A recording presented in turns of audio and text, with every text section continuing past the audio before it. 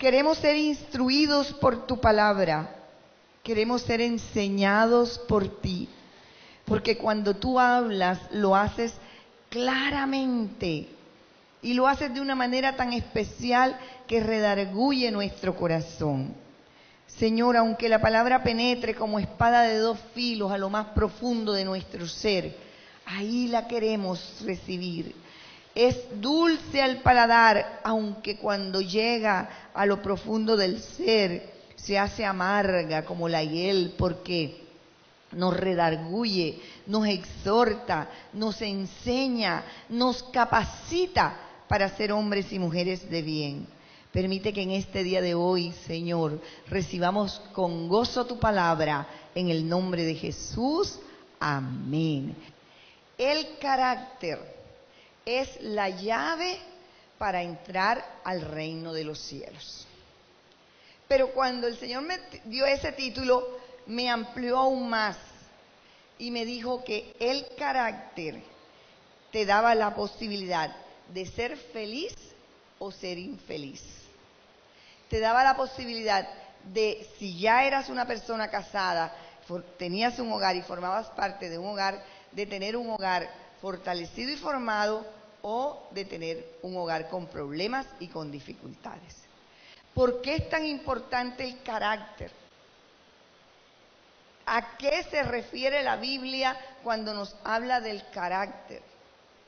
¿Por qué el Señor tiene tanto interés en conocer nuestro carácter? Porque dependiendo de Él podemos entrar al reino de los cielos o quedarnos afuera.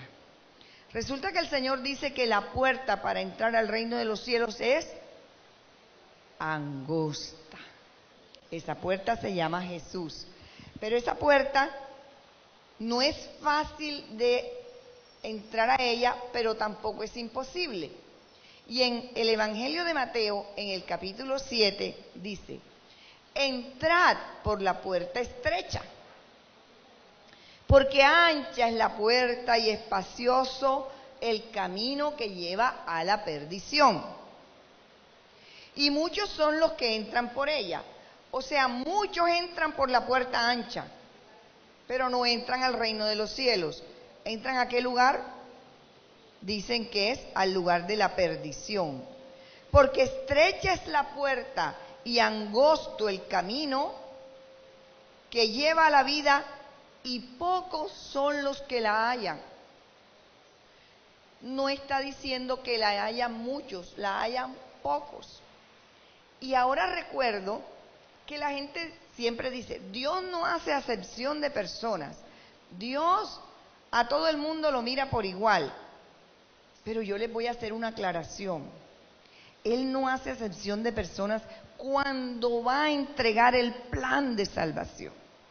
El plan de salvación es para el mestizo, para el indio, para el afrodescendiente, para la mujer, para el hombre, para el niño, para el chiquito, para el rico, para el pobre, para el joven, para el judío, para el griego, para el incircunciso. Ese es el plan de salvación.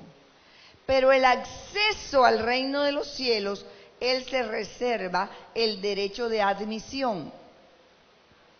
No sé a cuántos les ha tocado vivir la experiencia de que quieren participar en un club social y entonces solicitan que les permitan formar parte de ese club, y ellos dicen: espérense, nosotros tenemos una junta y tenemos que poner su nombre a consideración, lo estudiamos y después le decimos si usted sí tiene acceso a ese lugar o no, si usted cumple con los requisitos.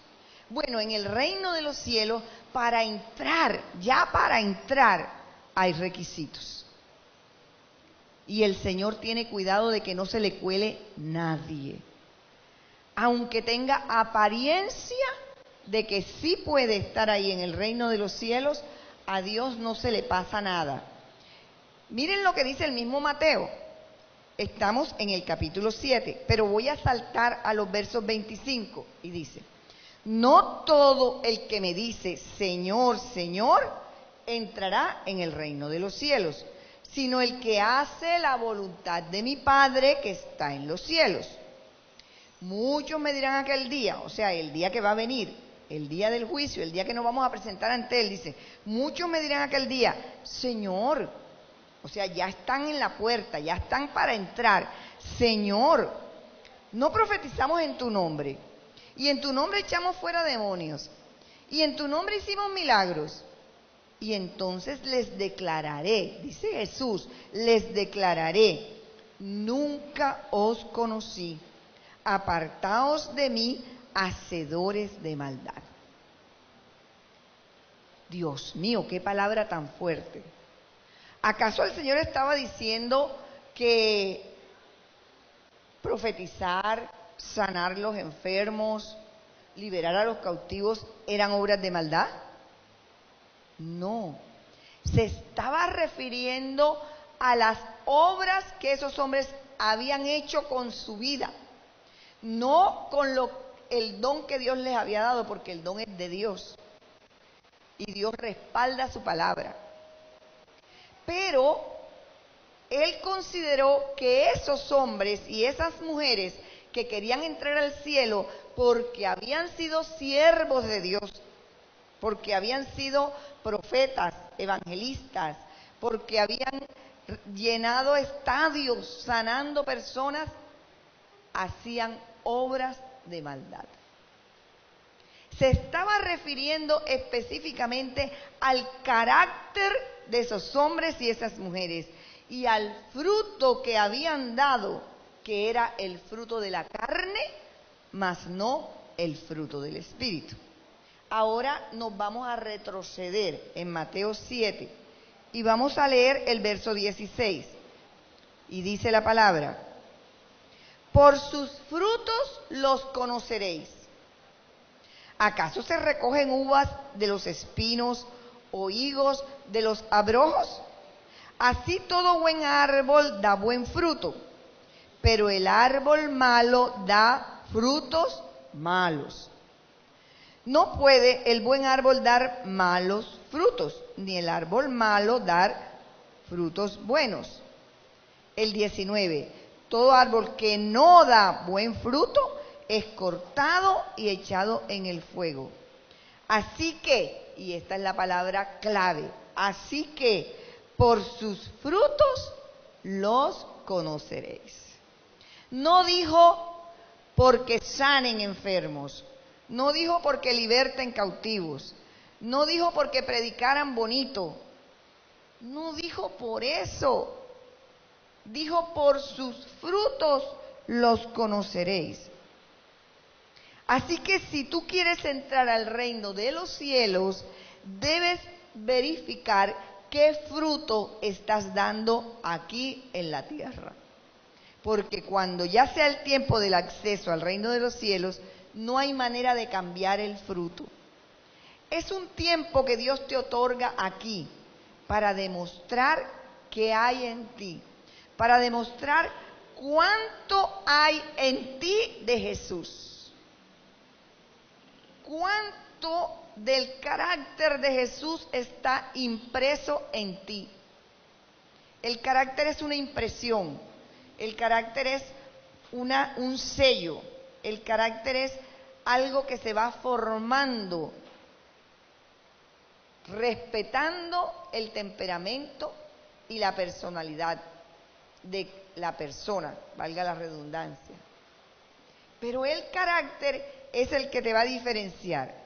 Y tú puedes o tener en ti el fruto de la carne o tener en ti el fruto del Espíritu. Los dos no, o uno o el otro, porque anteriormente se nos dijo, ningún árbol bueno da mal fruto, ningún árbol malo da buen fruto. Entonces usted se preguntará, pero pastora, eso en la vida real como que, ¿cómo yo estoy en la iglesia y soy lo más piadoso y soy lo más bueno y canto y alabo y cuando llego a la casa soy un demonio? ¿Cómo puede estar sucediendo esa dualidad donde el Señor dice que de una fuente de aguas no puede salir agua dulce o agua salada? ¿Qué indica eso? que estás en un proceso de cambio y de transformación. Que en la medida en que tú le permitas al Espíritu Santo de Dios actuar en ti, tu vida va siendo renovada, tu vida va siendo cambiada, tu vida va convirtiéndose entonces en aquel modelo que se te fue presentado, que es Jesús, para que tú alcances la medida, la estatura, la figura de un varón perfecto, que el único que conocemos perfecto, ¿quién es? Jesús. Amén. Y el Señor nos invita a que debemos morir a la vieja naturaleza, que está viciada por los deseos engañosos de la carne, y que surge en nosotros un nuevo ser, una nueva criatura, creada a imagen y semejanza de Dios. Y aquí se presentan dos situaciones. ¿Qué hago yo con mi carácter? ¿Y cómo trabajo para que se moldee a la imagen y semejanza del Señor? ¿Y cómo lidio yo con el carácter de los demás?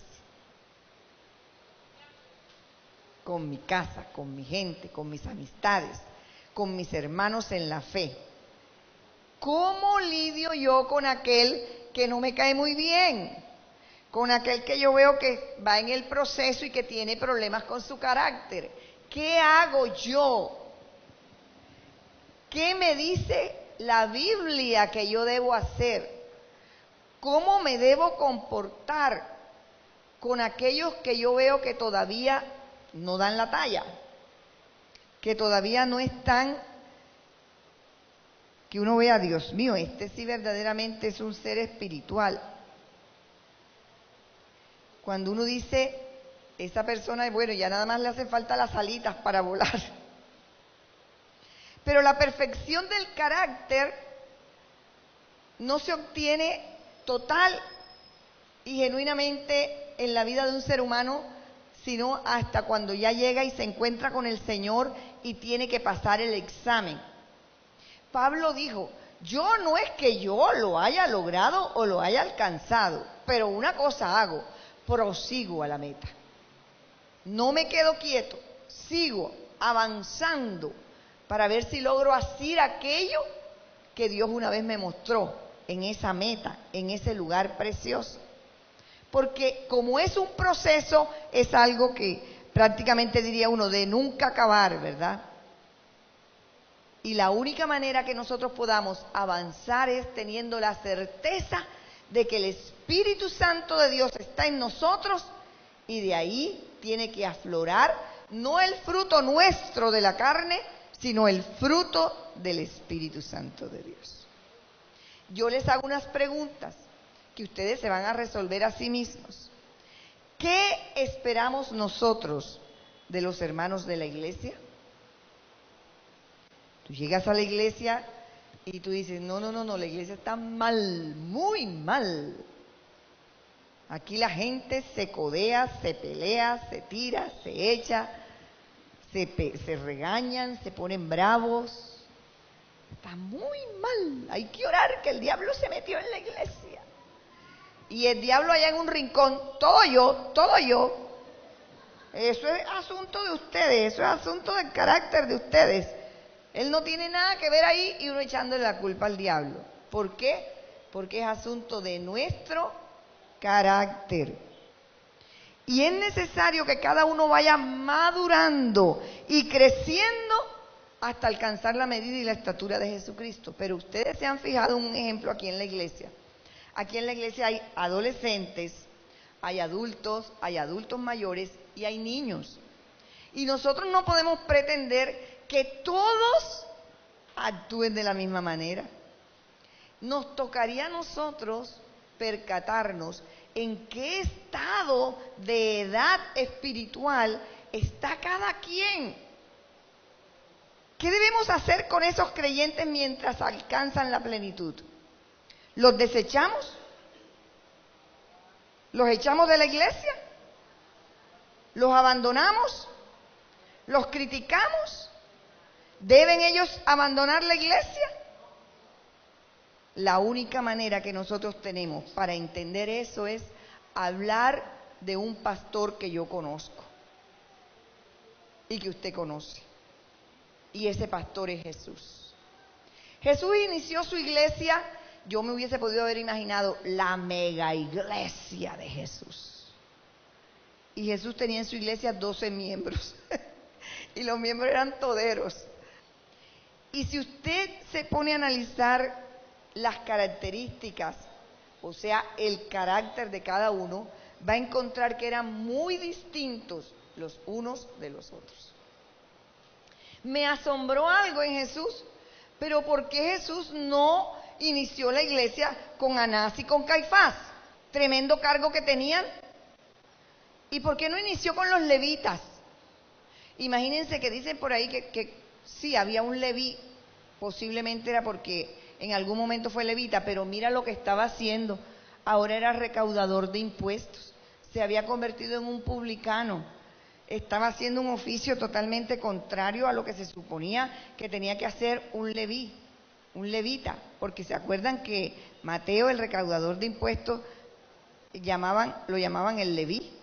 De pronto debió haber sido eso, porque era, y mira lo que estaba, oprimiendo a sus propios conciudadanos, cobrándoles el impuesto para Roma. Por eso era tan odiado. Y además tenían fama de ladrones. Y Jesús toma entre sus discípulos, Él lo llama, Jesús lo llama, y le dice, ven, sígueme, y Él deja la mesa de los recaudos. Él debió haber sido un hombre inteligente, porque yo me imagino que los romanos no le iban a otorgar ese cargo así porque sí. Seguramente que sabía mucho de matemáticas, de números, y también debió haber sido atrevido para cobrar y de carácter fuerte para poder cobrar. Y entonces no llamó a un levita, no llamó a Anás, no llamó a Caifás, no llamó a los sacerdotes de turno. ¿Ve qué cosa tan tremenda? Hizo un nuevo grupo. En ese grupo él empezó a llamar personas que tenían, cada uno de ellos, unas marcadas diferencias por su carácter. Santiago y Juan eran hermanos, llama a Felipe, llama a Mateos, llama a Judas Iscariote, lo tiene entre ellos. Pero ¿cómo era el temperamento de Pedro? Era impulsivo, era un hombre de carácter fuerte, recio, severo, y era muy extrovertido. Al grado tal de que en algunas ocasiones Jesús le hablaba tan fuerte que le dijo, apártate de mí, Satanás. Y no era que Pedro fuera Satanás, sino que en ese momento Satanás habló por él. Y él no estaba apartando a Pedro, estaba apartando lo que se había metido en Pedro. Y yo les hago una pregunta. ¿Sabía Jesús que Pedro lo iba a negar? Hasta se lo advirtió.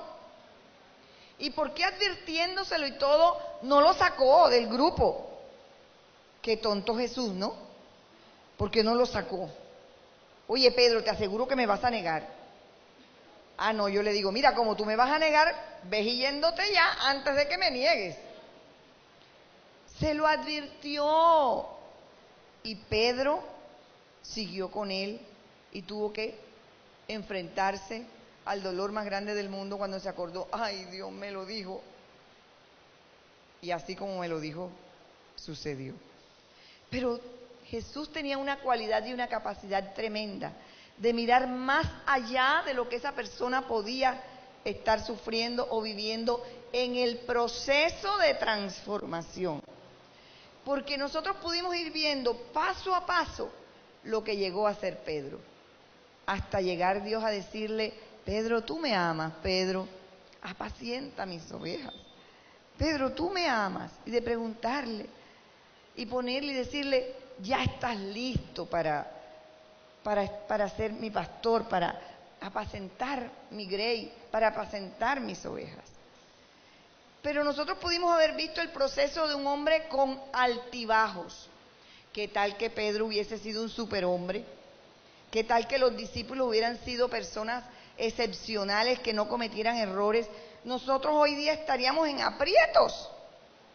¿Cómo podríamos llegar a ser discípulos de Jesús? Pero nos mostraron a seres humanos igualiticos que nosotros, con altibajos emocionales, anímicos, con situaciones difíciles, con problemas que solventar, ¿verdad? Pero aquí la ciencia de la enseñanza de Jesús es, ¿los desechó Jesús? Si ustedes, ¿qué piensan? Si Jesús no sabía quién era Judas Iscariote. Judas, antes de entregarlo, era ladrón. Se estaba robando los diezmos. Sustraía plata de la bolsa con la que sostenían a Jesús. Pero él sabía que un día llegarían todos a comparecer y serían entonces señalados por su fruto. Cuando llega la persona allá, ay Señor, pero mira, yo hacía milagros, yo hacía esto, yo hacía lo otro. ¿Qué fruto diste? No cambiaste en el proceso, no te convertiste en la nueva criatura, no te pareces a Jesús. Y así puedo mostrarle muchos más. Tomás, ay Dios mío, hasta que no vea no creo. Era incrédulo, era dudoso, era inseguro, le daba miedo todo, tenía temor. ¿Cómo? No tenía carácter, tenía un carácter débil, malo. Y ahí estuvo. Pero algo pasó con los discípulos que prevaleció y que fue bien visto al Señor. ¿Sabe qué? Permanecieron. ¿Sabe lo que significa permanecer? Que puedes pedirle lo que quieras al Señor, que Él te lo concede. Aleluya. Aleluya, dice el Señor. Separados de mí, nada podéis hacer, pero si permanecen en mí y yo en ustedes, pidan lo que quieran, que el Señor se los conceda. Entonces aquí, ¿cuál es el error? Desistir, irse, no permanecer. Y resulta que todo eso lo permite el Señor para moldear tu carácter, para que cuando llegues allá no te quedes afuera, sino que se te permita entrar al reino de los cielos. Y si estás incómodo en tu grey, en tu congregación, si te molesta porque te miraron maluco, si te molesta porque no te agrada el hermanito o la hermanita, es porque estás en el proceso y porque hay que cambiar, porque algo está pasando que está ocasionando esas dificultades. Y Dios no quiere que te quedes por fuera. Dios no quiere que tú te vayas.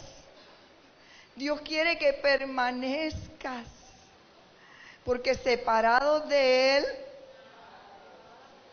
pero unidos a Él, venceremos todo lo que le pidamos al Señor. Así fueron los hombres que Jesús escogió: envidiosos, egoístas, obsesionados, codiciosos, temerosos, pesimistas, ásperos. Pero Jesús tenía la certeza de que con el amor de Dios, con el Espíritu Santo, podían cambiar. Eran personas limitadas por su carácter, por todo lo que les rodeaba, pero terminaron teniendo acceso al trono de la gloria. Se dice en la Biblia aquí que los 12 están en la Nueva Jerusalén. Esas 12 columnas permanecen, aleluya, gloria a Dios. Entonces, ese ejemplo que Jesús nos dio nos puede permitir comprender y entender una de las tareas a las que venimos nosotros a la iglesia, a moldear nuestro carácter. Mire, Jesús entre los 12 andaba con 3, más pegadito que los demás. Y no se podía decir, ay no, pero es que Jesús tiene preferencia. Pero Santiago, Juan y Pedro estaban más pegaditos a Jesús que el resto de los discípulos. ¿Sabe qué pasó una vez? 2 de ellos se acercaron juntamente con su mamá a decirle, Señor, nosotros queremos que nos den los puestos de preeminencia. Nosotros queremos estar sentados uno a tu derecha y el otro a tu izquierda. Tenían la intención y el deseo de ocupar un cargo de preeminencia. ¿Y qué les dijo el mismo Jesús? Eso no me corresponde a mí. El sentarlos a la derecha o el sentarlos a la izquierda, mira, eso es de mi Padre Celestial y dependiendo del fruto de su carácter, de lo que ustedes hagan o dejen de hacer. ¿Qué dice el Señor con respecto a la característica y la cualidad más importante de los discípulos de Jesús? Lo dicen las Sagradas Escrituras en Juan, en el capítulo 13, verso 35. En esto conocerán todos que sois mis discípulos. ¿Cómo se conocerá que son sus discípulos? Si tuviereis amor los unos con los otros. Y para completar esto, Colosenses 3, en los versos 13 al 15 dice lo siguiente: sométanse unos a otros. Eso como que de someterse uno a otro, eso como que no es nada fácil, ¿no? Sométanse unos a otros y perdónense si alguno tiene una queja contra otro. Así como el Señor los perdonó, perdonen también ustedes. Sobre todo, revístanse de amor, que es el lazo de la perfecta unión. Y que la paz de Cristo reine en sus corazones, porque con este propósito los llamó Dios a formar un solo cuerpo y sean agradecidos. Pero ¿por qué no trasladar esas palabras a la casa? ¿Por qué no trasladarlos al hogar, en medio de la familia? ¿Cuántas veces su carácter ha impedido que usted sea feliz en medio de los suyos? ¿Cuántas veces por causa del carácter se han separado familias? Se han ido hijos de la casa. Ha habido violencia intrafamiliar. ¿Cuántas veces por no doblegar el carácter tenemos problemas en el trabajo? Y el Señor quiere que en ti esté el fruto del Espíritu. ¿Cuál es el fruto del Espíritu? Amor, paz, gozo, paciencia, benignidad, bondad, dominio propio, fe, entereza de carácter. Y luego lleve esa palabra, ya no a la iglesia, llévela a su casa. Sopórtense unos a otros, dice otra versión, sopórtense. ¿Por qué dirá sopórtense?